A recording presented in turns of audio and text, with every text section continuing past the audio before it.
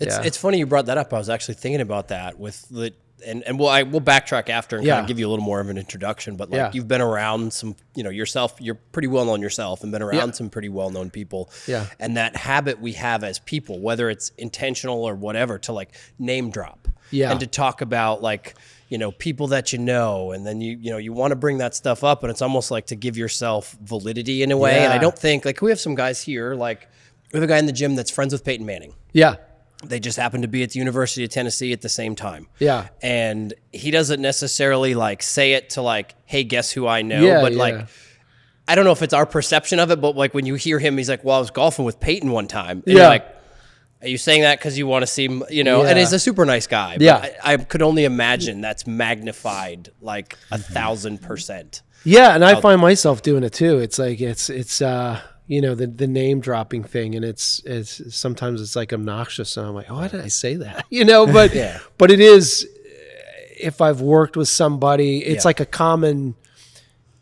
I don't go out and like say like I know, but if it's a conversation and somebody brings it up, right? Like you said, you named the sitcom wrong, but you said Modern Family. Yeah.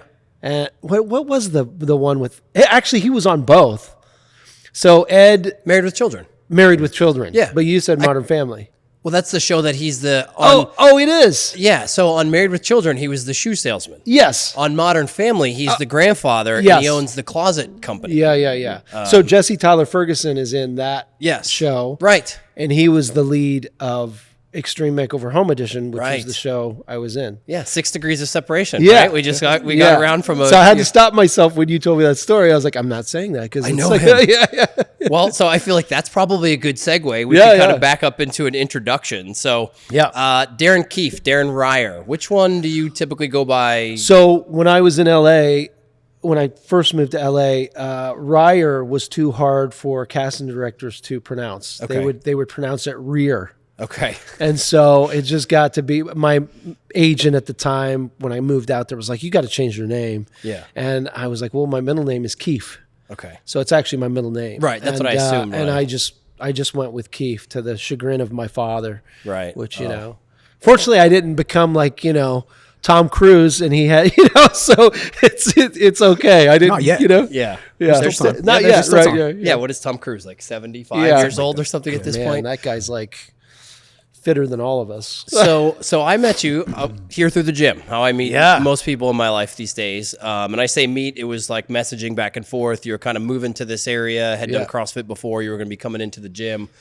And then I remember the first day you walked in, and I looked and I thought, wow, he looks really familiar. And it kind of stuck with me, and I'm sitting there trying to coach class, and I keep looking at you. And then I noticed the hat that you had taken off and put down, and it was the Extreme Home Makeover hat. And I was like, that's how I recognize him. And I immediately looked up your name, and I was like, oh, okay. So now it makes sense. Yeah. And so, we kind of joked about this before we even started filming. I was kind of lead in with like, hey, you've got like 400,000 people that follow you on Instagram. Yeah. Why is that? Why, what is the platform that led to? Because I dance like an idiot on Mondays. Is that what it is? Yeah, it is. So when I did Extreme Makeover, so I went out to LA to be an actor, and I swore I would never do reality television. Now at the time when I went out to LA, that was in 98, I believe. That's what the internet says. Yeah, and that's what the internet says. It's strange because commercial actors were commercial actors. Television actors were television actors. Right. Theatrical actors, like movie actors were movie. There was very little crossover. It was in those first years of like where, Clooney started to kind of jump over and do movies. And so when I moved out to LA, where are we going with this? I already forgot my train of thought. Oh, why are you so popular? Why am I so popular? So I swore I would never do reality television. And through the years, one of my survival jobs as an actor, I had two, was bartending, and the other one was construction. A buddy of mine who I'd met in an acting class had his GC license, and he was like, I need somebody to help me with my company. And I was like, all right, cool. I know how to use tools. Let's do it. And so that was kind of my side hustle. And I opened up a little shop in downtown LA where I made custom furniture, and it was like, when I say it was a shop, it was like the time I used to have to duck under my projects, like literally crawl under it to get to the other side to work on the opposite side. It was that small. It was smaller than a 1-car garage. And anyway, a buddy of mine who was also a fellow actor turned carpenter had gone in for an audition for Extreme Makeover Home Edition. And I caught him in passing that day, and he said, I just got out of this audition. You need to submit for this. And so he's like, but I think they're stopping the submissions like tomorrow. And so I grabbed my camera and filmed this like really quick kind of video of me in the shop and sent it off to the casting director. And then that kind of started the ball rolling. They started to they called me back and they were like, can you shoot something else? And then I went in for an audition, and then I went in for a test. So they had I think they had 2,000 people submit. Wow. And out of those 2,000 people, they dwindled it down to I think it was 18 people that they brought to network. And so they brought us all in, and then they took a house that was being built in the valley, and they were like, okay, we're going to bus you guys to this house, and we're going to do this like circular. We're going to match you with everyone. They're just going to keep pairing us up with different people, and to see who has the best chemistry. And so ended up, I was like one of the last man standing with two lovely girls that ended up to be the co-designers. And then this is like, I'm going long-winded response. That's good. But what happened was I did the show, and I thought I'd get this big blast of followers with social media, and it just didn't happen. I did get a good amount, but it just, wasn't like this, mega boom. And the show, finished the show. I went back to carpentry. I was working with a couple guys. They had a bigger shop than mine, and I was kind of moonlighting with them. And they weren't in the shop one day. They were on an install, and I was there by myself. And I just turned the camera on myself and danced like an idiot. And I used to do this in college, like with my buddies, and I posted it. And a friend of mine was like, "That was really funny. You should do that again." And so I ended up. It became this Monday thing. Yeah. And that was it.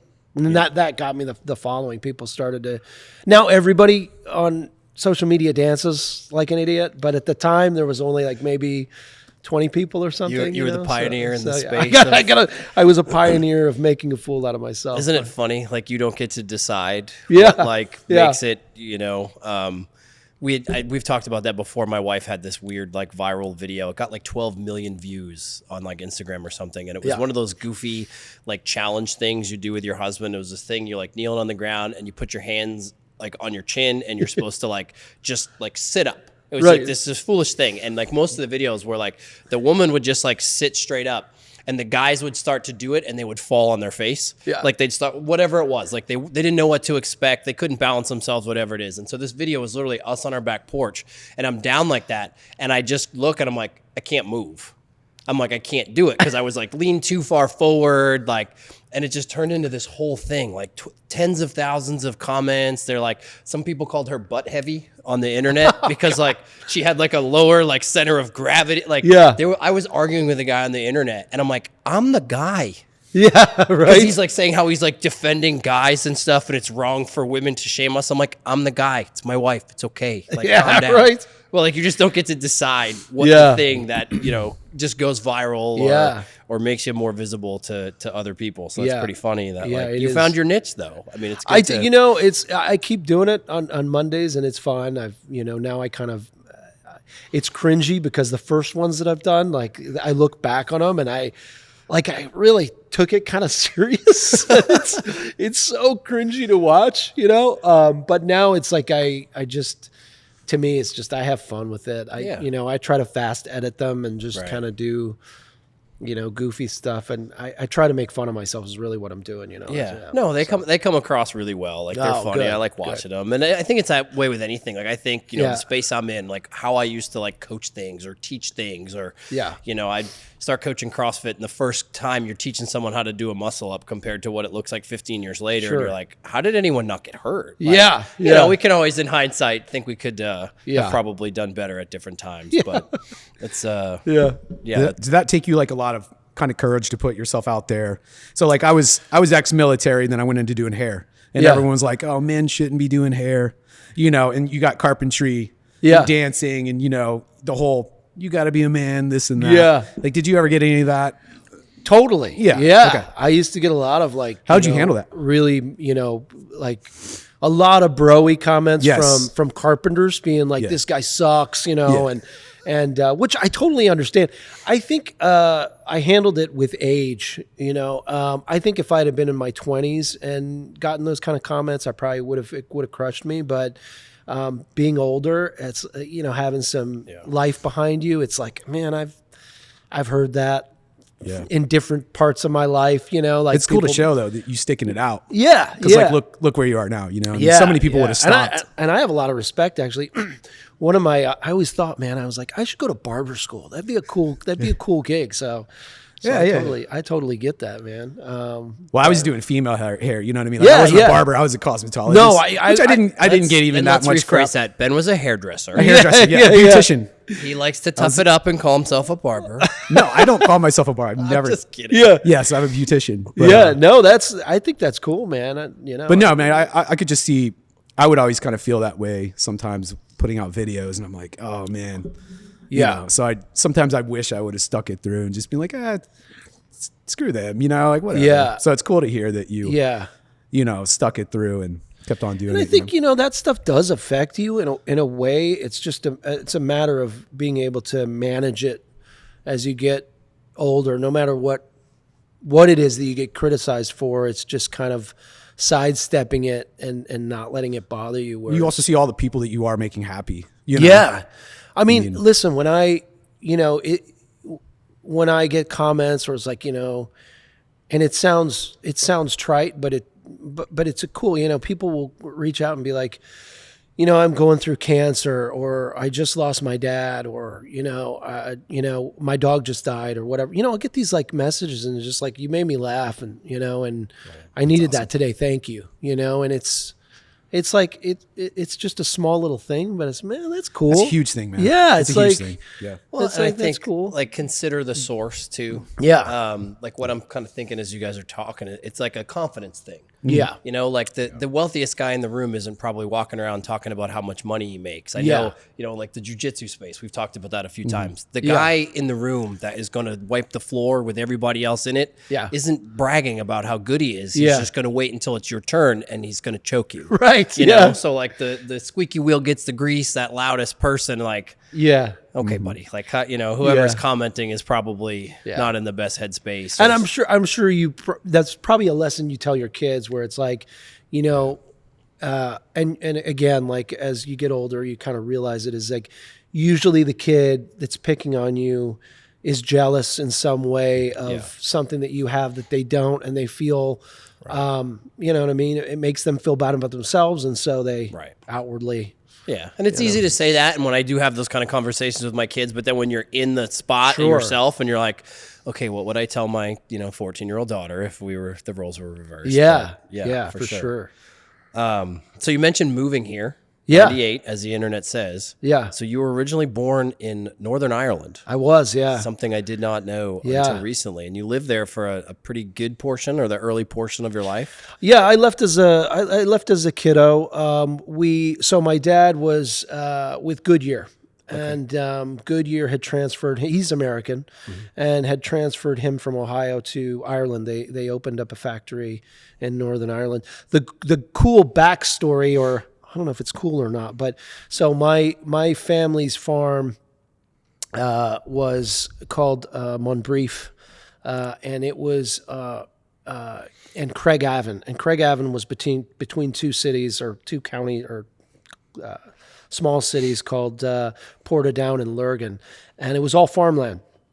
And so the city, as I understand it, basically came in and they vested the land. So, eminent domain, they took the land from the farmers. And it was one of the few times at that time where Protestants and Catholics actually came together to kind of fight the man, because they were getting their farms taken away from them, and they couldn't really do anything about it. And so it's cool because there was all these write-ups, and it went to Parliament and everything. And they had at one point there was a write-up about the Ring of Steel, and what they had done is they lined up all their tractors, steel tractors, in a circle so that the bulldozers couldn't come in. So they had actually like fought it all the way to the end, to the point where they were going to get thrown in jail if they continued. But and they did get a little bit more for their land, but it really wasn't what the land was worth. But years later, so my family were the Hewitts, and years later my father came, and he was, really kind of the enemy. He was, with Goodyear, which was the company that came and was given their land to. And so he ended up meeting my mother on a blind date, and the rest was history. But nice. He was also, that was at a time in Ireland too, until probably the 90s, Ireland was really, and I hope I'm not, misspeaking, but they were behind like a good 10 to 12 years behind whatever was happening in the United States. Now it's kind of equal, but at that time, like, they weren't getting movies till, like a movie that we would get here, they weren't getting for another year, or, you know what I mean? They were just behind. And so it was a really nice time in Ireland, because it was, people would get together. They weren't around TVs. They were, singing songs in the living room, and sharing stories, and family was really tight. And like my mother lived with her family, to the moment she got married. And so when Dad went over, he was American, and that held some like mystique. It was like, oh, there's He's a Yank. From the future. There's a Yank here. You know what I mean? Yeah. And so it was cool. So I think Dad was kind of, at that time probably a rooster, walking around Ireland, because he was different. Yeah. I feel like I'm not a very well-traveled person, so I was like, I don't really know. I feel like all I know of Ireland is what I've seen in like TV or movies, and so I have like these two images in my head. One is an Irish Spring commercial, and it's like everything is just lush and green, and it's next to the ocean, and it's beautiful and tranquil. And then the other is like, I picture like a cobblestone street basically, and like brick multi-level or 2-3 story like buildings, like it's just an older rustic like. I don't, and again, it's just my ignorance. Yeah. Like, I don't picture like a downtown Knoxville in Ireland. I just feel like it's either like colonial, like 1700s, or it's the country. They do have a lot of that development kind of on the outskirts of the cities, but the downtowns are still, they're still very historical for the most part, no matter where you go, and you still kind of get that all the vibrant colors and it's a beautiful place. I often kind of daydream about going back. I still have citizenship, so I'm like, man, it'd be cool to one day, retire. Do you go visit, or? My cousins are all over there, and we stay in touch, via WhatsApp and everything else, and Facebook Messenger, and But yeah, I still have the old family is my mother's. So my mother had lost her parents when she was very young, and she was basically raised by her aunts and uncles. And so they really became kind of like my surrogate grandparents. Sure. And they passed on, and we lost them in like the 90s and early 2000s. And when that kind of, part of the family passed on, the cousins were left, and we stay in touch, but again, it's not like we're not as tight knit as maybe the older crew was. Sure. The generation before, like I said, they would all get together. I feel like that's pretty common. It is, an older grandparents or what have you. They're kind of like the glue that kind of makes sure, everyone has to go to their house, or they gather on particular occasions and stuff. Yeah. And then when they pass on, that kind of. What do they think about the U.S.? They love it. Yeah, they love it. They love to come here and visit. And my cousin. Take him to Dollywood? What's that? Did you take him to Dollywood? No, but my cousin Barry is infatuated with Elvis. So he loves. I love that. He's been to Memphis and to Graceland, and they actually came over, I think, a couple of years ago, and they went to Graceland and everything else. So they love coming over here. So you mentioned the joining of the Protestant and Catholic to kind of band together to push back against the man. So the area you're from is not all that far from Belfast, Northern Ireland, which again, my limited knowledge, I just hear that and I'm like, oh, wasn't that kind of like a rough, kind of very tumultuous area of Ireland even to this day? Is it still kind of... No, not to this day. It's very... no, not to this day. It's, I think the violence is, people have, for the most part, have made peace, with each other. And, but, at the time when I was a kid, like when we would visit or, when I was there, and I don't remember as much, because I was a tyke, but at that time, there were checkpoints, and you would see men, paramilitary with machine guns, and they'd check under your car with a mirror for explosives and all that stuff. But that was really the big part about why we moved, because Dad was American, and he was like, man, this is, I don't know if this scares me for my son. And I think he, when he got an opportunity to relocate back to the States, he thought maybe that was the smartest. He was there when I think they had bombed Portadown, where he had lived, the main street. A couple bombs had gone off there, and but yeah, it was sectarian violence, and but it's peaceful now. You would never know. I feel like it's something, you said with your dad being American, it's just something we're not. Yeah. I say spoiled, that it shouldn't be a luxury to not have to live like that, but it's just something we're so unaccustomed to. Like, not that there aren't, unsafe places or things that happen, but just that, that's Northern Ireland. This isn't a third world country. This isn't, villages in some far off land. Like, this is a developed, like, if these people walk down the street, they would look just like you and I, and we wouldn't think anything of it, but they are just living in this kind of a different reality than what we've all become accustomed to here. So I can't imagine what that would be like. Yeah, it was a different time for sure. It was a violent time, but my cousins are, some of them are married to, we're Protestant. Not that matters. I'm not. I don't, abide by any of that stuff. It's, I think it really was the generation before. Sure. But my cousin's married to a Catholic girl, and she's amazing. And that doesn't really that's good. come into play anymore. Yeah. As far as with my family, like no one, So my best friend actually. In the States is Catholic, and he's from Belfast. So I met him in Los Angeles. We were going to the same auditions for Irish roles. Oh gosh, so that's crazy. Awesome. Yeah, who got the role? Who got the part? Was it one of you? We would fight for them. I think I did. He beat me out on something, and I beat him out on something. But I had read online that actually you got your kind of start or original affinity for carpentry for building Pinewood Derby cars with your dad. Yeah.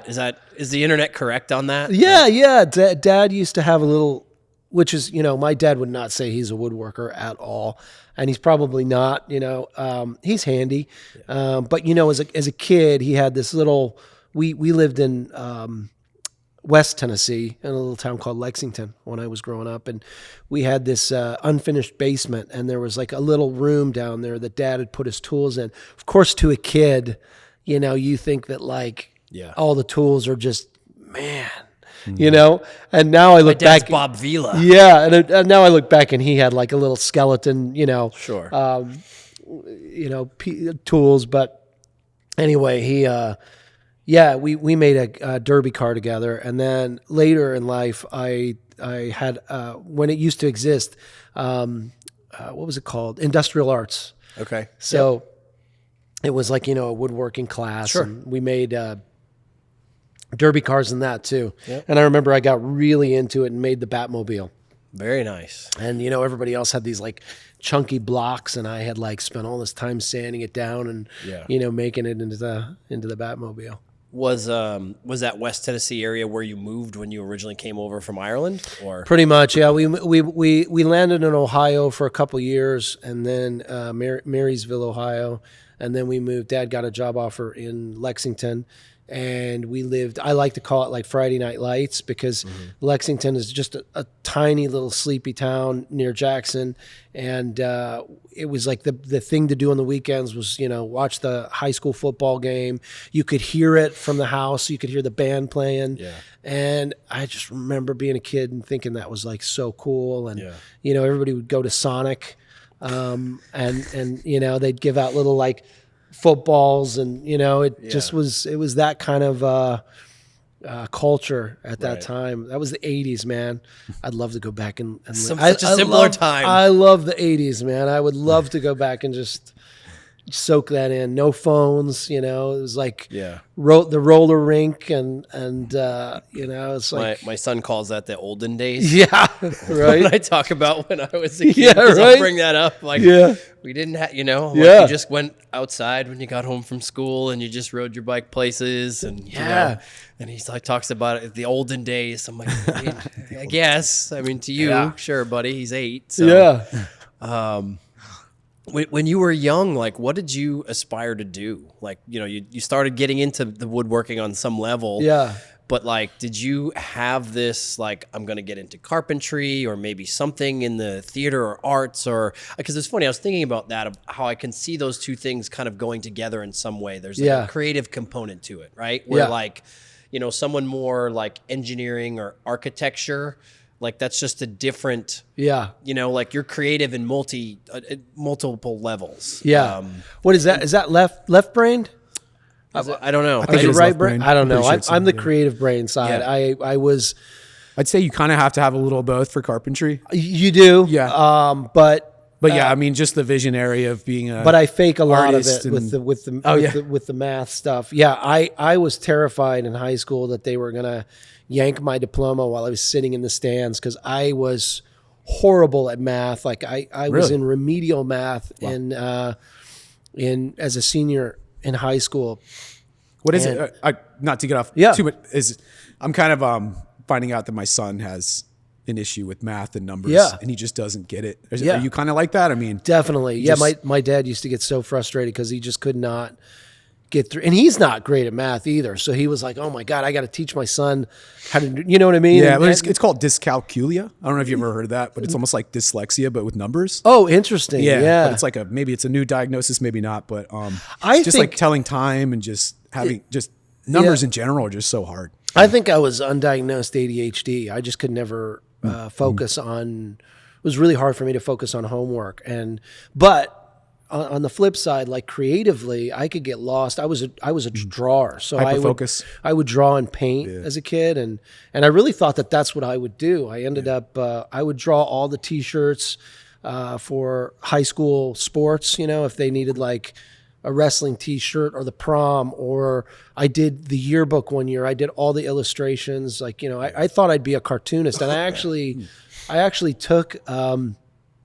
Funny enough, in this little town that I was in Columbus, but we were in a suburb, and there was a famous cartoonist named Jim Camerood, and he actually did Space Jam. And he had a studio, and he had, guys working under him up the street from the high school. So in my senior year, I did this internship with them, and I would go up for last period of the day, and I'd go up there and learn illustration from them. But they were so laid back and cool, and I realized really quickly that I was like, I don't like this, because it was illustrations at that time were cells. So they would draw it on a clear piece of plastic paper. Mm-hmm. I don't know what the material was, but they would move it by a fraction every drawing. So it was so repetitive. And then, they'd put all the papers between their fingers and wave them. And that's how you saw the motion of the cartoon moving. And I was like, man, this would kill me, because again, repetitive. Like it didn't hold my interest creatively. It felt like, again, like math or something where I was stuck and I was having, you know what I mean? And so, but they were so cool. They'd just be like, do what you want, man.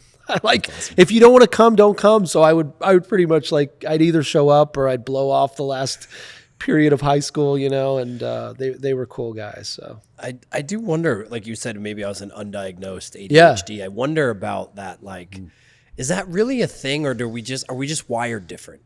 You know, like if you can't sit in a room and listen to someone talk for 45 minutes, write things down, recall, and be able to regurgitate, like there's something wrong with your brain. Yeah. But the flip side of that is that kid can do things that my brain couldn't even fathom trying to do in a creative space or just some other way. And it's like, well, we've just put everything in a box of like, well, this is how you're supposed to learn. And if you learn differently, then like, well, your brain doesn't work right. Yeah. Like, I mean, I haven't dug down to research that, but I do see a lot of posts on social media where they're like, it's a superpower.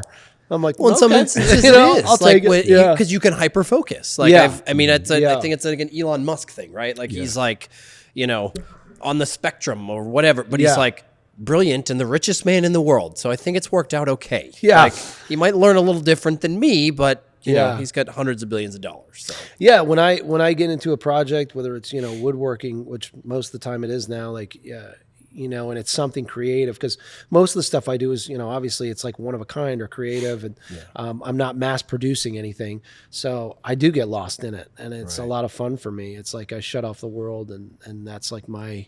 Is it hard for you to do the same thing over and over and over? Like we were joking, because when I did hair, like I never did the same haircut. You know, I mean? It was always a little bit different. Yeah. And it's like when I cook, it's always a little bit different. Yeah. Are you kind of like that at all? Yeah, for sure. Like I did cutting boards for a while, and I never used a template. I would just freehand all the. I'd have like the general design, but I wouldn't use a template. I just kind of freehand the shape, and you know, I'd sketch it out, I'd draw it, and then take the jigsaw and cut it. And so they were not one of them were the same. You know, it wasn't like they were mass produced. And so to answer your question, I kind of like I liked it to be different. So, yeah.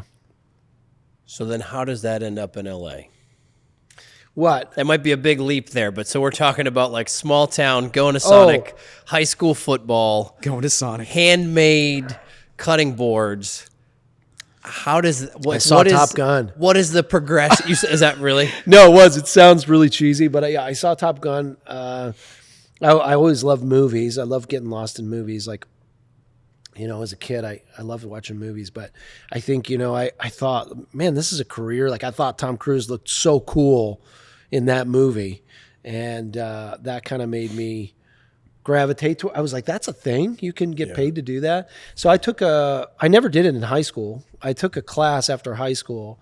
There was a soap opera actress who had ended up in Columbus. She had relocated to Columbus, and she was on, her name was Gail Ramsey, and she was on one of the soaps. I can't remember. I think it was General Hospital for years. And she had moved to Columbus and started an acting class.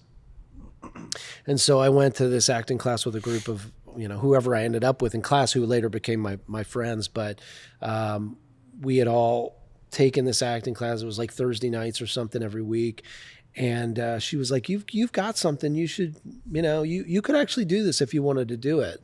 And I was like, okay. And so one of the guys who was older than me at the time went out first. And so I kind of knew, okay, I know somebody out there. Yeah. And so, you know, then I was like, it gave me the confidence to go, okay, I'm going to go. And so I packed up a U-Haul and drove out there. And I think I had like $700 to my name, which I thought was a lot of money. And that went like that. Mm-hmm. And slept in my car for a while and did the whole, like, you know, stereotypical struggling actor thing. And got an apartment, couldn't afford the apartment, moved out of the apartment in the middle of the night and put the keys under the door, like literally moved all my stuff out in the middle of the night, put it in a storage unit. And it's crazy. Oh my gosh. Hope that they didn't ding my credit. Like, it's just, right. It was nuts. Were you kind of like a quiet teen? Like, timid? I could see like drawing everything, very, you know. How is that? Did acting just come natural? I mean, it seems like You have to be like loud and energetic to be an actor. That's kind of how I've always seen it. Yeah, I think it was this like this different side of me. It was an opportunity to kind of break out of that quiet, teen. And I feel more comfortable as an actor being a character than I do myself. And I've gotten, as I've gotten older, I've gotten more comfortable with myself, and I'm able to do this kind of stuff. But, probably into my 30s, sitting down and talking about me would have been a nightmare. So I like to live behind a character, and I loved as an actor doing specifically character work. So not just like you're the everyday guy, but when I got to do an accent, or I got to like look differently, or have a scar on my face, or whatever that would kind of infer the character to, for me to kind of dive deeper into it. That always fascinated me, and that's what I love about. I still love acting. I still want to get an agent in Atlanta and pursue it again. It just is kind of a hobby, which I think acting now has become. Like, I think for you to survive as an actor, you really have to like look at it as a hobby, because the industry has just changed so much. It's not it was already, like 0.001% or whatever the statistic is, to be a successful actor. But I think now it's just really hard. The industry has really taken a hit.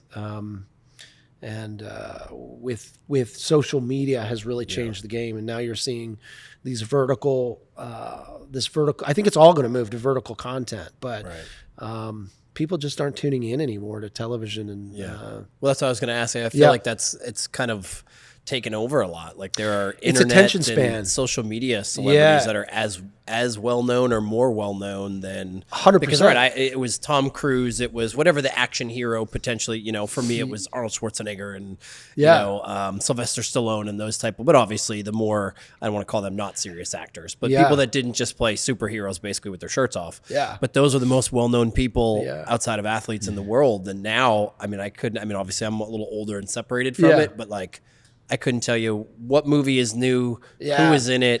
Me neither. Me neither. I never, and I used to live in the movie theater. In my 20s and 30s, I would like go to movies by myself all the time. Really? I loved it that much. I lived in the corner of Hollywood and Western, basically. I could take the subway to Hollywood and Vine. I'd walk down 2 blocks and I'd be at the ArcLight Cinema, which was this historic, it was that dome cinema that, I think it used to be called the Panorama or something, but, it was so much fun. I'd go and I'd just get lost in a movie, but I'm the same way. I couldn't tell you who's in it, or, it just lost, like any industry, it reinvents itself. At one time there was just movies, right? And then TV came along, and there were TV actors, right? And then it kind of, and then there were commercials and whatever else. And there's actually a new movie. My son's huge into movies. He's 13, so I'm at the movies probably twice a week. Yeah, we saw last night. It just came out. Sam Rockwell. Yeah, it's I saw. Good luck, have fun, don't die. Was it good, dude? So good. Yeah, it looks really good. Yeah, it's so good. So it's all about social media and AI and just phones, like everything you guys are saying right now. I mean, I would totally recommend it. It's so good. F1 was my buddy, my Irish buddy that I was talking, Tom. He was like, "You got to watch F1," and I finally watched the other night, and it felt like a 80s 90s movie, because it had heart. It felt Days of Thunder. It was basically Days of Thunder. It was. I mean, that's what they did. And it's funny because now they're talking about how I think whoever produced that is trying to package Cruise and Pitt together and make them a part of that same world as if they cross paths as racers. Cool. It's kind of like when Ricky Bobby met that French guy. Yeah, exactly. But serious. Yeah. What was your first? I don't know if I call it big break, or, so you're living in your car, you're sneaking out in the middle of the night from your apartment. How long was that, by the way? Like that period? I mean, if you don't mind me cutting in. Probably, I struggled for a long time. I was like working doubles at restaurants to like make ends meet. I struggled for a good, probably 3 or 4 years without really working. So at the time, you would do this, there was this publication that came out every Thursday, I think it was, or Wednesday. It would hit the stands. Back at the time, they had newsstands in LA. I think there's probably a couple left, but this publication would come out called Backstage West. And at the back of it, they would have ads like for casting call for student films and short films. And at the time, that's how you made your way. Obviously, Instagram didn't exist. You couldn't like produce your own skit and load it online. Like nobody was watching that stuff at the time. Right. So to prove yourself, you'd basically have to get cast in a handful of these things. And the trade-off was you'd do the project for free and they'd give you tape at the end. Right. Sometimes they would give you tape, sometimes they wouldn't. So it was kind of a crapshoot on whether you'd actually get footage at the end of it. And so then you would take that footage and you would edit it into a reel. And that reel would be what you sent off to your agent. So all that took a lot of time to that took like years of doing little shorts and things to have a body of work on a VHS tape that you could package and send to somebody. I gotta ask, like, is it as scummy as a lot of people make it out to be, like making it as an actor, and you got the directors that want you to come to this shady hotel and oh man, I've always thought that was kind of fiction, but no, I mean I've had encounters that were really like, I was smart enough to sidestep and get out of there, but like I definitely had they used to do these things called casting workshops, and I don't think they do them anymore because actually it got so many people complained eventually. It was basically paying for an audition. So you'd go to these things, you'd pay they would be like $35 or to $45 a session, and you would sign up. They would have like maybe 18 slots available. And so out of that 18, they would pair you up. The cast director would come in. It was like usually a casting associate or assistant. It wasn't the casting director. And they would come in and they'd pair you up. So then they'd have 9 scenes, and it'd be 2 people per scene. And you'd basically like step outside. You'd get like 20 minutes to run your scene with your scene partner that you got paired up with. You'd go back in and you'd do the scene. And the casting director would say, give you notes and be like, okay, this is what I would do different. Or they might say, hey, that was a great job. I don't have any notes. And then they would keep your headshot. And hopefully they would call you in. And if you didn't have an agent, that's how you kind of subverted that system of, if you couldn't get an agent, you'd go to these casting director workshops. But I had this was one specific guy. I always wanted to be on this show that I won't tell the show, but Dad and I used to watch a show before I moved. And I was like, we loved it. We'd always watch it. And I was like, man, I want to be on that show. And so I would pinpoint this particular, if a casting associate was from that show, I would go to that workshop. And this guy just was really lecherous, and he was like, hey man, do you smoke joints? And I was like, no, not really. And he's like, oh, okay, because like we could go back to my car and smoke a joint and we could talk about your career. And I was like, what? Like, you know what I mean? But it's strange because, again, like you get some life behind you. You know how crazy that sounds. Yeah. But when you're hungry and you want to be a part of the industry, it's like, and I didn't go back to his car. I had enough sense not to, but you could see how somebody would. But not everyone's going to. Yeah, you could see how somebody would get caught up in that, thinking that they were above board, and they were like, okay, this is normal. You know what I mean? And there was some really weird situations that, I was smart enough. My parents probably taught me enough to be like, if the hair on your back of your neck stands up, you should probably walk the other way. Don't get in the van. He didn't lose his puppy. Yeah. Some people just don't have those instincts. So was there a time during that where you were starting to potentially rethink this decision, where like, hey, I've been doing this for a couple years. Yeah. I've been pretty committed, and I'm, should I be doing something else? Should I be? That didn't happen till later, but man, I hustled. I was dogmatic. I would drive around. There used to be a thing called the Thomas Guide. This was before, cell phones had maps on them, or cars had maps, and it was this Bible, and you would look up the street and the address, and it'd be like, okay, turn to page, 506 and it's G4 and you'd like look at it. And so you would have to map yourself and turn the page as you drove around LA to find this. It was crazy. Talk about being distracted while you're driving, but I would go to studios and pose as a messenger to get through the gate. This was before 9/11, so you could actually still kind of do that. Yeah. And you could still sneak behind the gate and you'd be like, I'm a messenger. And I'm sure the gate guards knew, but they were like, whatever, just go. And so, I remember I always wanted to be on ER. So I'd find my way into that office and they'd always roll their eyes like, how did this guy get in here again? Yeah. You know what I mean? But yeah, man, I would do everything. And it wasn't until later that I just started to kind of like get burnt out, and that was probably didn't come until I had started to book a lot, so not a lot but a good amount. So I did Lost, I did Sons of Anarchy, and I was on kind of a run. I did all these shows, and this all happened in like a 3 or 4 year span. So for an actor out there, I think it was pretty good. I would book like about 3 to 4 projects a year, which I wasn't paying rent with it, but I was working. Sure.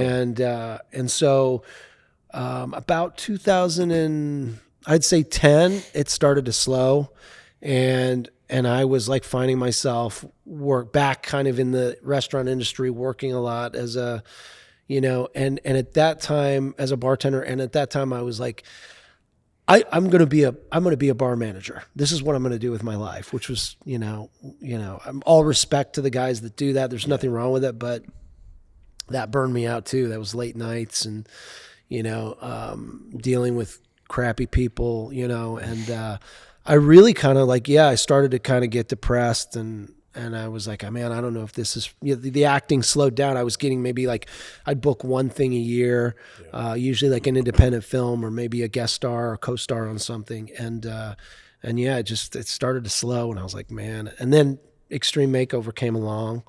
And I had really at that point kind of turned to carpentry. I was doing that, really had become my focus because I could control it. It was creative. I really enjoyed it. And so I was like, oh, the acting stuff is like, if it comes, it comes, but I'm going to focus on this. Yeah.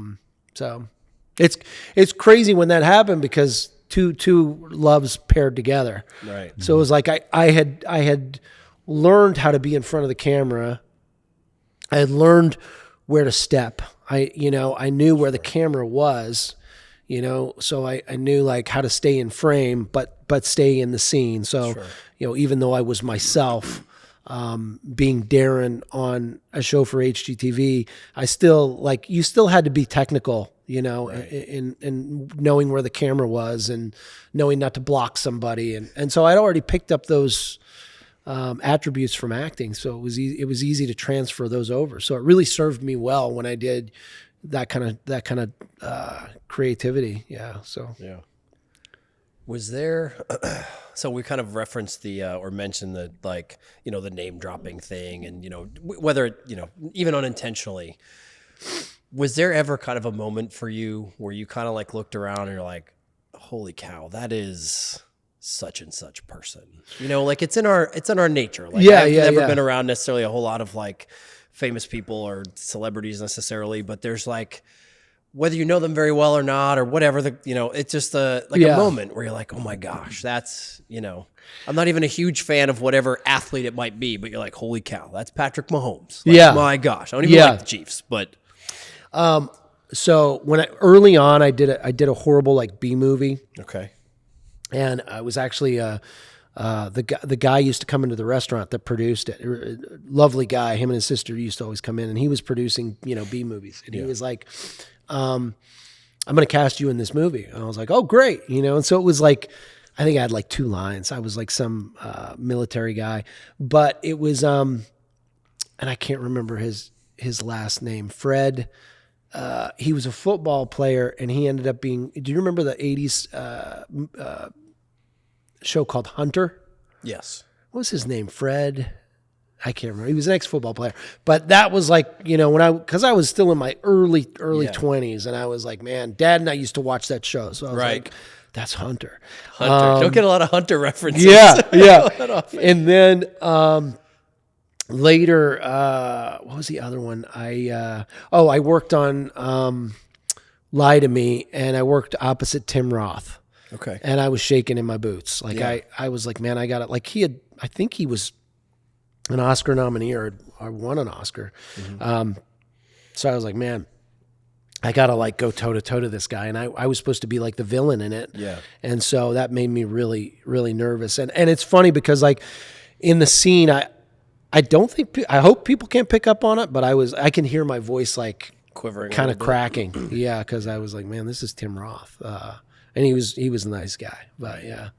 And I would never ask you to name names because I know you're not supposed to do that. Yeah. Was there ever a time when you met someone where you're like, well, that's not what I expected? Yeah, I mean, I can't think of anybody off the top of my head, but definitely there were times when I was like, man, that guy's a jerk. You know what I mean? Don't meet your heroes. What kind a of thing. dick. Yeah, for sure. I mean, there was plenty of that. Like, you know, I in those years when I had kind of like I was going through this dark night of the soul when I was bartending. I was in my late 30s, early 40s. Carpentry on the side, but I was, you know, found myself into these, a lot of young Hollywood would come. The guys that owned the bar that I worked at also owned a nightclub. So they would do this thing. They would do the pre-party at the bar restaurant, and then everybody would migrate over to the nightclub when it opened. And so a lot of the young Hollywood, like, want to be seen, you know, actors would come in, and they were, man, I was just like, man, they're exhausting. Exhausting.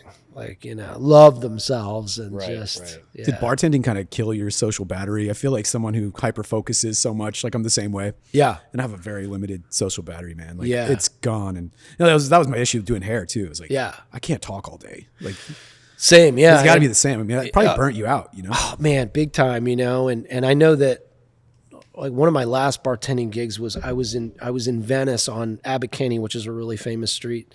And, you know, there were days I know that I had guys that came in and called me out, and they'd just be like, are you all right, dude? Like, did I do something to offend you? Cause I was just so burnt out, and I would be an asshole, you know? And then I'd catch myself and be like, man, they'd say something. I'd be like, man, I'm so sorry. I didn't mean to do that. You know, It's like, you know, you just get, it just wasn't where I wanted to be. It was survival, and that's not an excuse. I think whatever you do, you should, you know, try to excel at. And didn't give you meaning. Yeah. But I found myself a lot of times being like, man, this, you know. You're only human though. Like I find that. I mean, I'm doing something that I love and that I feel privileged to do, but there are certain days where you're like, I've kind of just had enough. I couldn't live 5 minutes of Dave's life. It's just, I couldn't do it. You know, it's a new group of people every hour coming into the gym, and it's, you know, you've got to kind of perform to a degree and provide an experience and engage and all these types of things. And I'm pretty self-aware, and I know the days where it's going better than others, and I can feel where I've kind of gone through the motions a little bit more so than others. But it's like the social battery is, you know, there's kind of a point where you're like, I'm just good with people for a little bit, you know, like just some quiet time. And I can usually recharge that pretty quick, but that's a thing, you know. I give people that do that. Like I think of teachers, you know, 6 or 7 classes a day of kids coming in, and you've got to like, you know, it's teenagers or something, and you've just got to get up there and you've got to a degree perform on some level for them. And you know, like I've come to this gym and I obviously did CrossFit, you know, earlier in my life. But you know, there's a competitiveness to it. And you being the leader, it's like, you want to impress that person. Sure. You know what I mean? Like you want to be like, look, I'm doing better.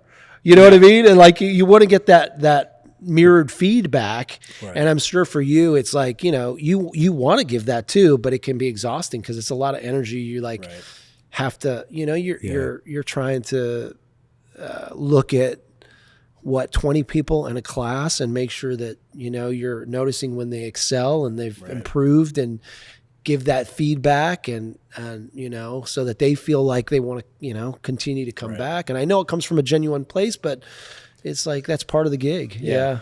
No, absolutely. It's like a don't trust the skinny cook. Like you expect everyone to come in all energized and be fit, but you have to be fitter than everyone, Yeah. I think leading by example in certain things is important. You don't have to, I talk about that with the coaches, not to derail this, but like, you don't have to be the fittest person in the room or the best athlete in the room. But I think if you're, I don't want to say selling something, but like, if you're doing a hair product line or you're doing this whatever thing, like you should be taking part in whatever that is. Yeah. Like if you're not willing to well, I build cars. Well, I don't drive a car that I built. Like, well, that's a little concerning. Shouldn't you it's like if you work at a Mercedes dealership and you drive up in a BMW, you're like, why don't you do the thing you're telling me I should do? Oh, dude, I remember in LA, like I'd see these guys at the gym that were trainers. I'd be like, I'm not sure. Yeah, it's not necessarily an indication of what you know, but at least, practice the principles for which you preach. Right. What was it like for you getting the HGTV and the Extreme Home Makeover gig, I guess, for lack of a better term? It was the most fulfilling and amazing, chapter of my life. Like it was really cool. It was, again, like at the time, I never thought I'd be a part of reality television, but when I decided to go in and throw my hat in for that, I knew, I was like, well, I'll do it for this because it's giving back. And it really was amazing. I mean, from the crew, like everybody was just really awesome. Like I can't say a bad thing about anybody that was a part of the crew, whether it was in front of camera or back. We were all a family. And then just you're really giving someone a new lease on life. So, we would tour, there was a family in Utah, and they had come to America and they lived in an apartment, and there was I think there was 6 or 7 people in a 1-bedroom apartment. You can imagine what that was like, and so to give them a brand new house that had enough bedrooms for everyone, and it was really cool. And then obviously to see the house, that was also magical, to see the house being built in 5 days. That's crazy. So we would do the pre-filming, and then we would do the groundbreaking, and usually the pad would already be poured. So at least there was a little bit of a head start. Yeah. But literally they would frame it, insulate it, everything, electrical, plumbing, everything was done in 5 days, 5 to 6 days. And we would give them the keys on the 7th. So that's wild. It was wild to witness and to watch, because it's just like, wow.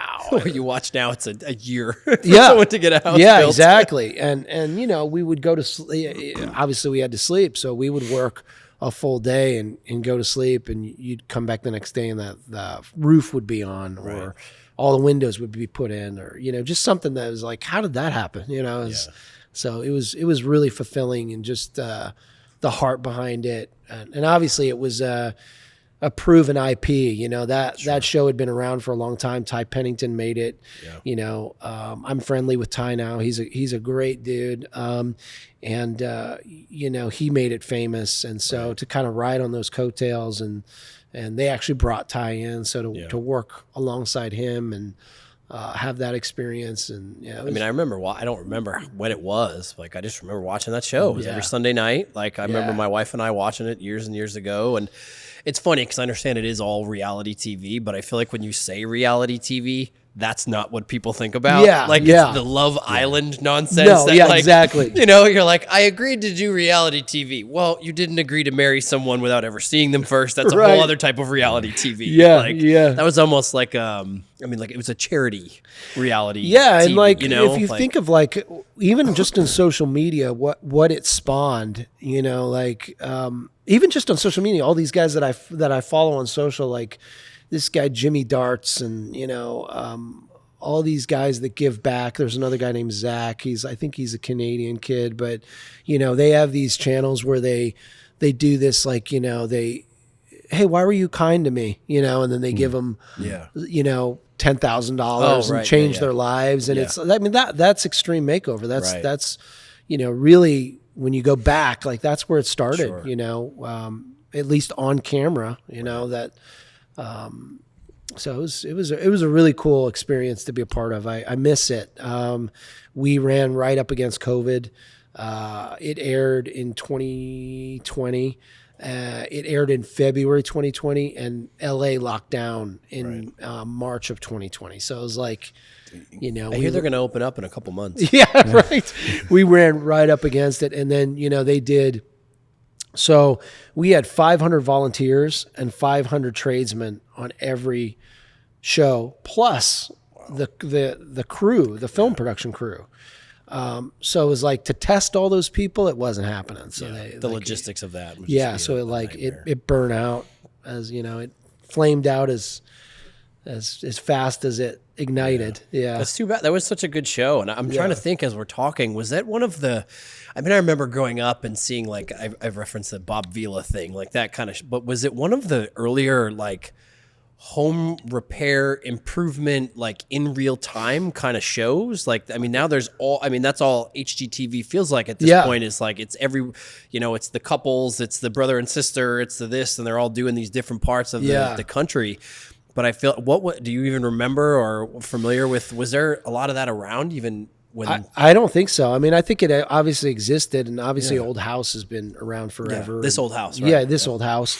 So yeah, I mean, but yeah, I think that was the first incarnation of it, like kind of existing as that. And then HGTV, I know HGTV has been around forever, but you know, they were doing, you know, I just don't remember whether there were other things that existed or not. I can't recall, like, you know, Chip and Joanna weren't doing this on TV before. Yeah. So you reference kind of like how they've spawned this, like the giving, but also this whole other space now where, you know, in the course of a hour show plus commercials, we're seeing the real life renovation of a home. Yeah.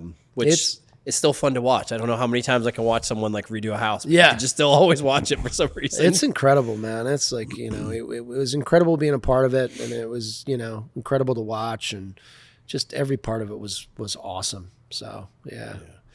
What was the timeline for Dancing Carpenter, HG? Like, so how did that kind of, meaning you said you kind of wrapped with the Extreme Makeover kind of towards the 2020 thing. When did the kind of then boom of, like, now everyone's watching me on the internet kind of thing? Was it kind of linear? Did one happen? Did like the boom on social media happen before the show was done, or was it after? After, yeah. I didn't do the I'm going to say quotes because I don't know if it's really dancing, but I didn't do that. You're dancing. I don't know what else you would call it. I mean, so I don't think I did that till after I know I didn't do it till after the show, and it kind of took again.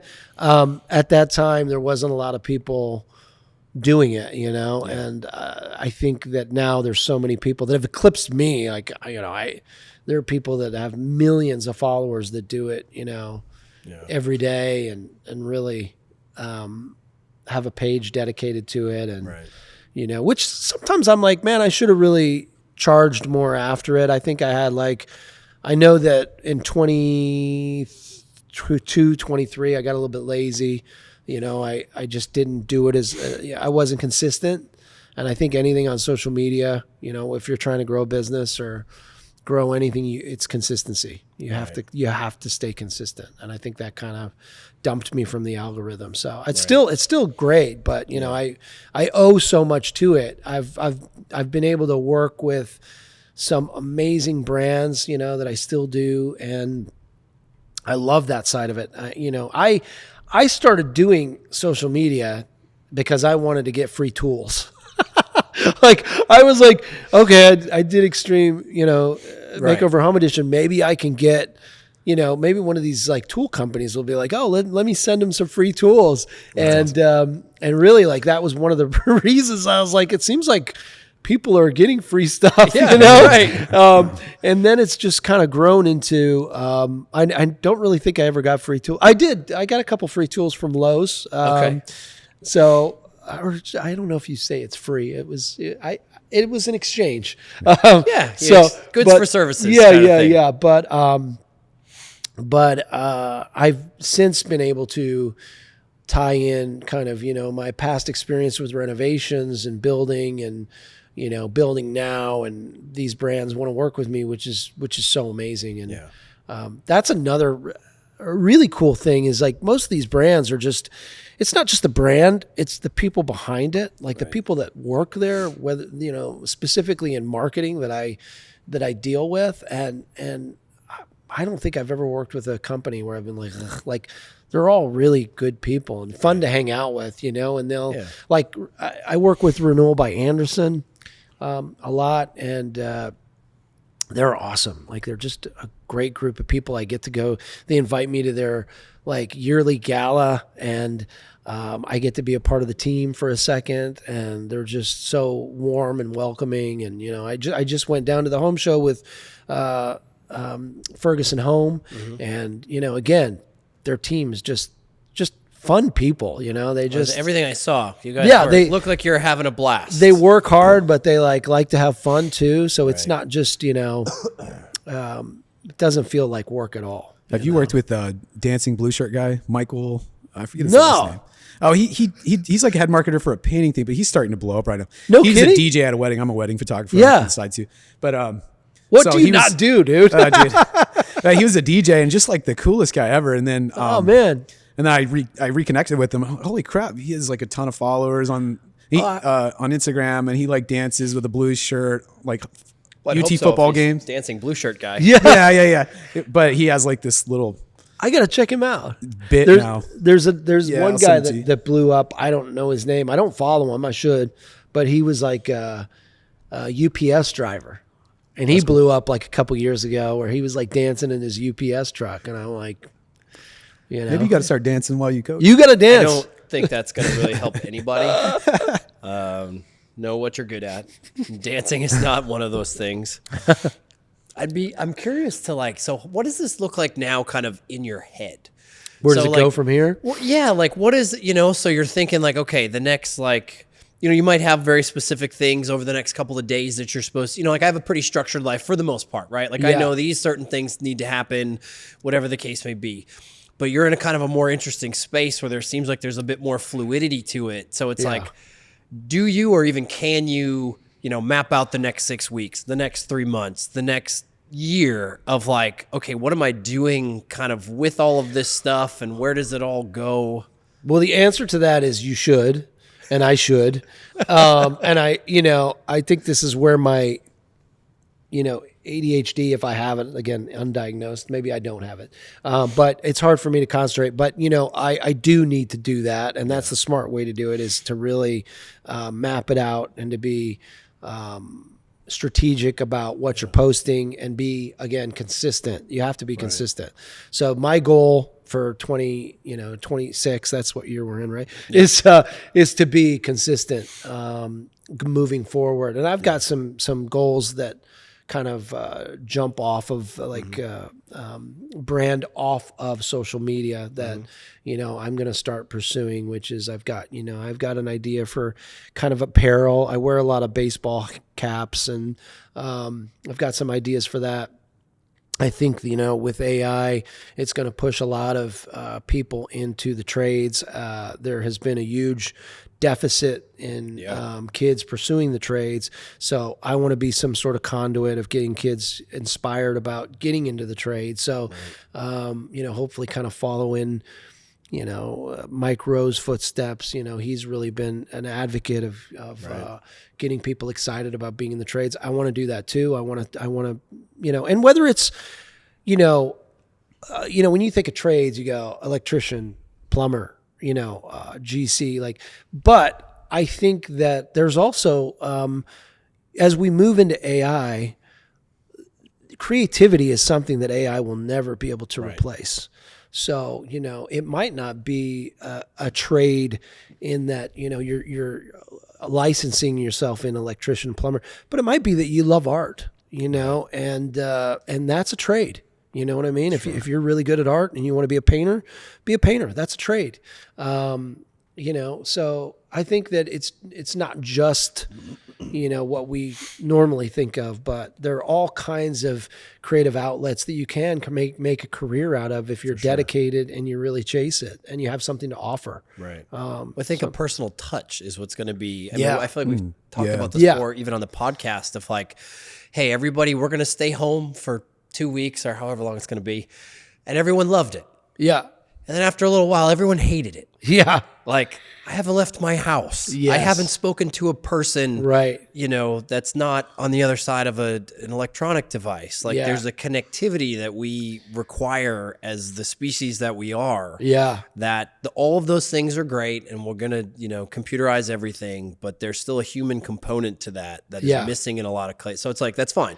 If you want a house built and you want it to look like every other one in the neighborhood, that's awesome. We've got a computer program that'll do it, and we have robots that can build it. Yeah. But there are also people that want something that looks completely different than everybody else's, and they're willing to pay 3 times as much for it to be the same size, but they just want it to be different. Yeah. And so I think there's always going to be space. I think that's where like interior design comes in, and that's that's something that I love and dabble in. But again, as you talked about, that's an interesting place to find myself in, because again, I think, when people look at me, they see a guy that's like wearing denim and in a wood shop, And so am I going to trust that guy to design my kitchen, like to put the colors together and the tile together, and you know what I mean? I don't know. And so that's been kind of an interesting, I wouldn't say mountain to climb, but it's just, it's that perception of, the guy wearing Carhartt designing your kitchen. Exactly. Or like interior designing. It's like,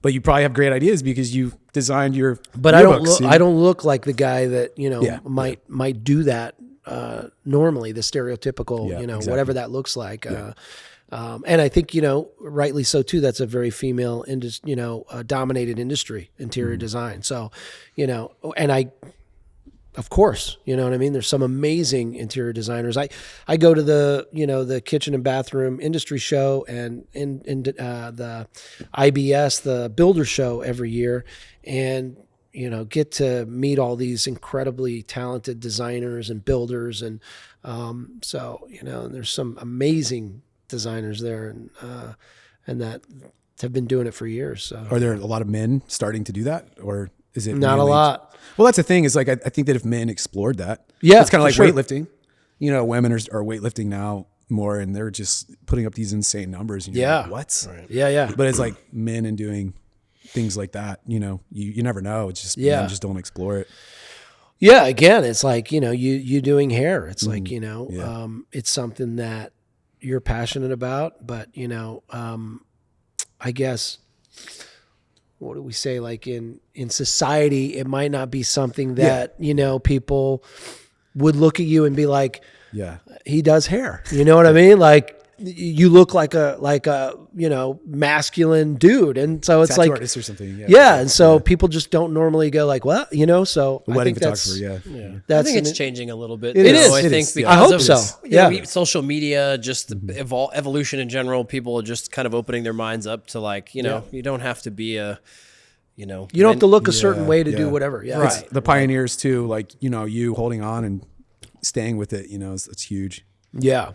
Well, I think just back to the kind of human element of it is like the best way to kind of, you build a name for yourself. You do things in your local community. I think because of the broad and vastness of the internet now, everyone thinks of like the global reach of things. And it's like, well, like know who your mayor is before you worry about the politics in South America. Like, get your own home in order and like build a name for yourself in your local community. And people, perfect example. We were talking this week about my accountant. We had talked about I've recently gotten a new accountant. We had talked about it on a podcast. And so Ben was like, hey, what was the name of your accountant? Yeah. You could go on the internet or you could go wherever and you could find all this stuff about accountants.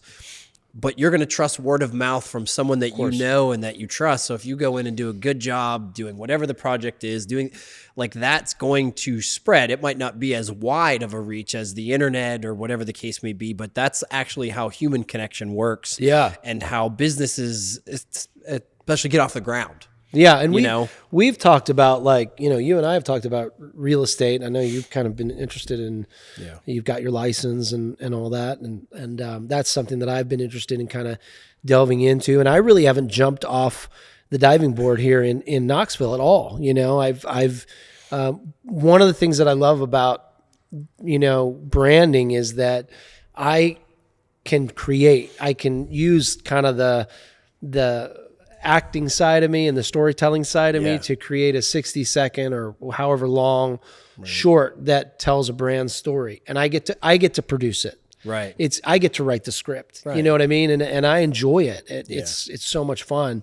And sometimes I like when I think about like branching out into the real world, like you know what I mean? Grabbing a little bit more into real estate and building. I'm kind of testing myself to like, okay, get out there. You know what I mean? Like, so, anyway.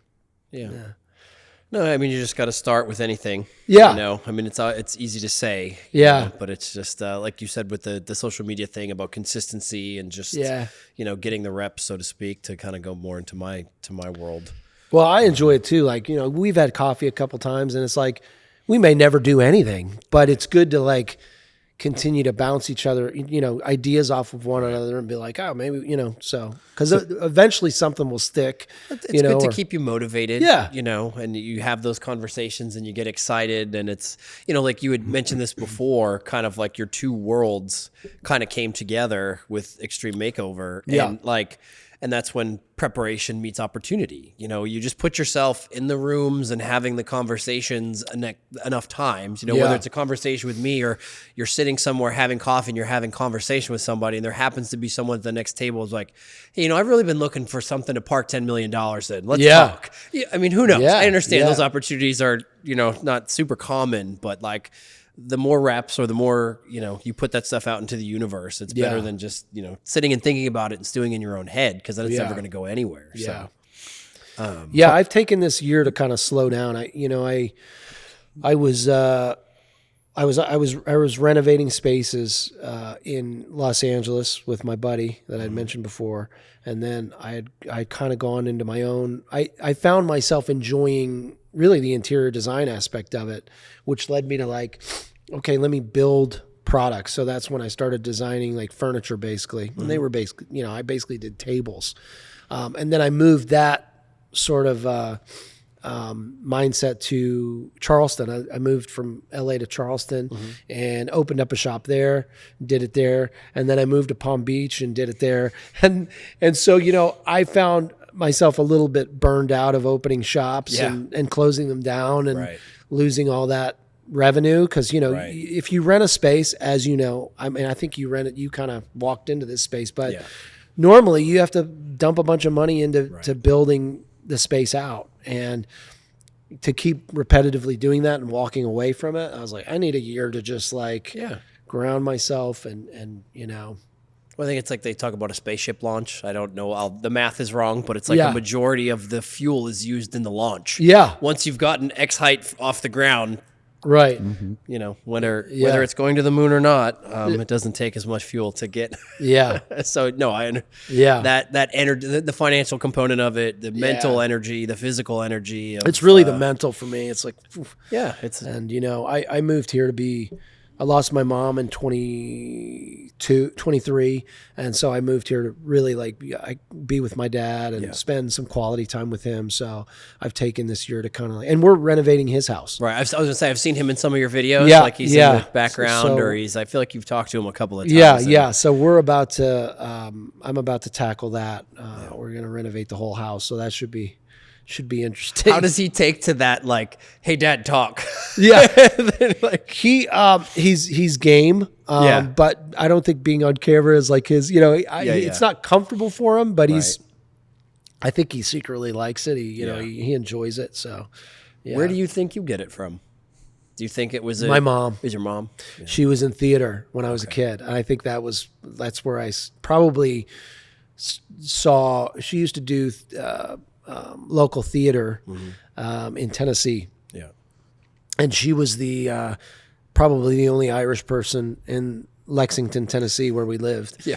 And so she kind of had this like, oh, that Irish lady, you know, she had the accent and so she was, I think she really loved that it set her apart, you know? Yes. And she did local theater and everybody kind of gravitated towards her and she absolutely loved it. And I remember being a kid, like watching the sets being built, you know, being behind the stage and watching her perform. Right. And, you know, so I think that's where I kind of first maybe got the itch or the bug.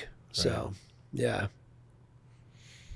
So you said kind of taking this year to kind of get into, I don't know if I call it a groove or a routine or a, but what would you say, you know, if you could kind of design what the next, you know, year or so, like what's the next big thing or what would, you know, success for you with that plan look like? I have an IP that I want to launch that would be where I would go around the country eventually.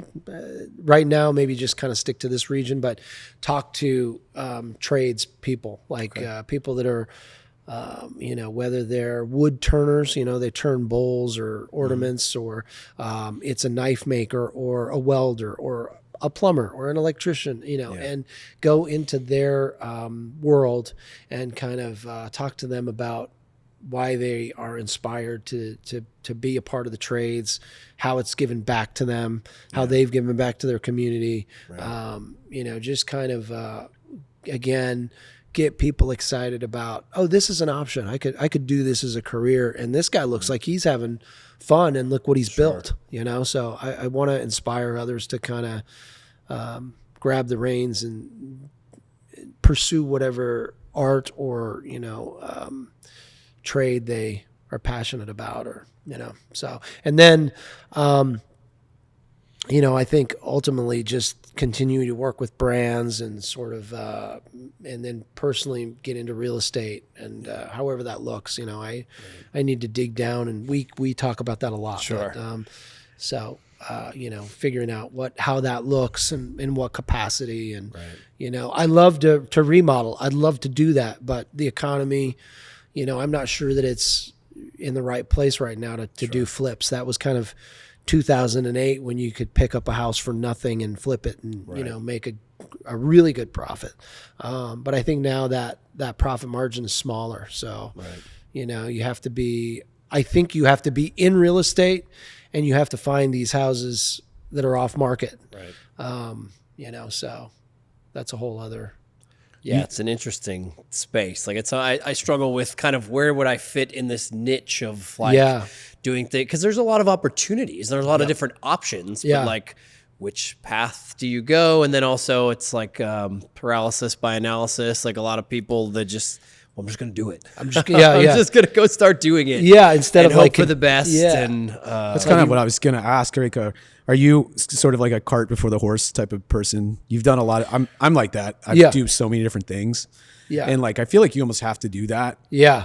Like if you overanalyze every aspect of something, you're never going to do it, you know? Yeah, definitely. I always just dive in and kind of, you know, like I will buy a domain before I even have I do that all the time. Yeah, I've got like 10 domains. Yeah, like 50. Yeah. Perfect. Yeah. I do the same thing. I'm like, I'm gonna do that later. I've got so many ideas that you know are percolating that. It's like hard to find the right time. Yeah. But like, what is the right time? You know. I mean, I think, you know, going back to like renovating and flips is that, you know, a lot of the houses that I see flipped what they do is they go into Home Depot and they buy everything off shelf. And there's nothing wrong with that, but 9 times out of 10, the homeowner's going to walk in, you know, potentially to buy the house and be like, this has no heart. Mm-hmm. It's like, you know, it's got, you know, vinyl floors that were probably the cheapest vinyl floors they could buy. Countertops are the cheapest they could buy. It's all new, but it doesn't say anything. It's not really unique. And a lot of times, like even for myself, I was like looking at houses out in the country because you know, eventually I'd like to, you know, buy a house out in the country with some land, and the houses that have been flipped, I'm like, man, I just have to go in and gut that again. Right. And so my idea would be if I'm going to eventually, if the timing's right and to flip, is like have a voice, do something unique, renovate. That's, it doesn't have to be so crazy that somebody's going to be like, I'm not buying that, but it needs to speak, it needs to have a design voice. Sure. And I'd be excited to do something like that where, offering something that just doesn't look like, the plug and play that you buy off the shelf, so. Well, that's when you were talking about the, the arts and the trades and things like that. Like that's that human element to it where it's not, plug into an AI of what you want in a house and it just kind of gives you stuff and tells you where to buy it and can even probably order it for you. But it's not the same as someone that especially with having a carpentry, not just the design, but the carpentry, function and aesthetic need to go together because it's one thing that you have something that looks really nice, but if it's functionally inept or it's it's just probably not how that should go. Yeah. And I think there's a gap there sometimes of either it's super functional and it's not very pretty or it's really pretty, but it's kind of useless to actually use. Yeah. Well, that's, people actually have to live in this house. Yeah. They have to function. And I'm kind of like a person, especially when it comes to design, where I can't be told no, especially coming from the carpenter side of it, because I know it can be done. Right. I know how to build it. So I'm like, no, you can do it. You just have to do X, Y, Z. It takes a little more time. Yeah. Yeah. It takes a little bit more time, but. Yeah. Seems like it'd be one of those, do you want to sell a little of a lot or a lot of a little? Yeah. So if you started doing that, you would make less profit, but you'd probably sell 20 times the houses. Right. Right. Yeah. And you stay busy and it'd be fun. Yeah. Yeah. So you got to just do it. Just do it. Sounds like we got to have coffee again and we got to start looking for houses. Nike says, just do it. So what's tomorrow's, so where do you get the inspiration for the song or the music that you use for the background? I was going to ask, what's tomorrow's video? Because tomorrow's Monday. A lot of times I get them in Kroger when I'm shopping. You're just walking around and you hear the music playing? Yeah, because they always play really great 80s tunes, and most of the tunes that I use are 80s, and I'll be shopping or something, and I'll be is that how you research? You just I need some inspiration. I'm going to go to the grocery store. Yeah, honestly, man, I'll hear a song at the grocery store. I'll hear a song somebody else has done on or using on Instagram or something, and I'm like, oh, that's a good song, and it's usually I try to pull something that's that my generation remembers, you know what I mean? It's so, and that's the thing too. My following is very suited to my age. You know what I mean? I'm getting pretty much 40s and above because they're the people that remember and can relate to those songs. Right. Whereas anybody under that is probably not as attuned to what is, I've never heard that song in my life. You know what I mean? Maybe you need to try to reach into that audience. Dance to some Bad Bunny or something. I didn't say I would go that far. I feel like there's a revival on some of that stuff. I pick my kids up from school in the afternoon. I see these middle school kids wearing Nirvana shirts. And I'm like, oh, yeah. You don't even know that's a band, do you? No, I know. I could just see, the little 14-year-old girl walk. I'm like, you don't know Kurt Cobain, you lady. No, I know. It's crazy. But I feel like there is a bit of a revival of some of that stuff. Back in the olden times. Well, it's like clothes and all the other stuff. I don't know what the time frame is, but it's 40 years have gone by. It's time to bring the bell bottoms back around. Right? I know. My son's wearing JNCOs now, the big baggy. It's back. Oh, really? Yeah, it's there back. You go. Baggy pants man, it's or crazy. Maybe you need to bring up. I have no idea what songs are popular right now. I couldn't name. Yeah, I listen to primarily country music, especially in the car. So yeah, Morgan Wallen. One of the cringiest things that I look back on are very recently is any time that I film myself wearing skinny jeans. Is there an age limit on those where you're I'm too old to wear those? I feel like there has to be. Yeah, I feel like it's hard not to find those though. It's just what there is. I know. I go if I'm buying pants and I get pants that are kind of my size and I don't really have a super big waist to begin with. So trying to find pants, I'm I look ridiculous. I don't know. Yeah. Yeah, I feel like that's just what everybody. Yeah, I look for slim straight. Okay. I find that's a good middle ground rather than But anyway. I saw you post a video with Munchie. What's his name? Big Munchie, the weightlifter who's bench pressing. Oh, yeah. That guy was like somebody's bodybuilder forever. I've followed him forever, man. I love him. Oh, do you? Yeah, really? he's hilarious. Yeah, he's hilarious. He's totally just kidding. You know? And he was really cool about it. I actually prefaced in the video because the thing is, like, a lot of people do it. Yeah. And I get it, but I don't like to make fun of anybody. No, for sure. Yeah. I just don't. I totally get that.